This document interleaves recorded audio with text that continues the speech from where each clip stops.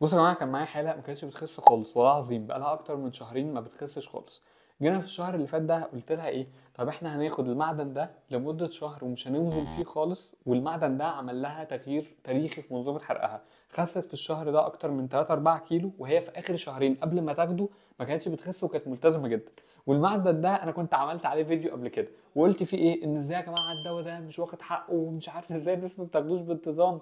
فالمعدن ده هو السيلينيوم، فانا هقول لكم في الفيديو ده ان ازاي تاخد السيلينيوم، ومين عنده نقص في السيلينيوم لو خده هيفرق له فعلا في منظومه الحرق، والجرعات عامله ازاي، وهو موجود اصلا في قد ايه. فركزوا معايا بقى. بصوا، اي حد شاكك ان الحرق عنده قليل وشاكك ان عنده مشاكل في الغده الدرقيه بس التحليل مش مطلعها، غالبا هو عنده نقص في السيلينيوم.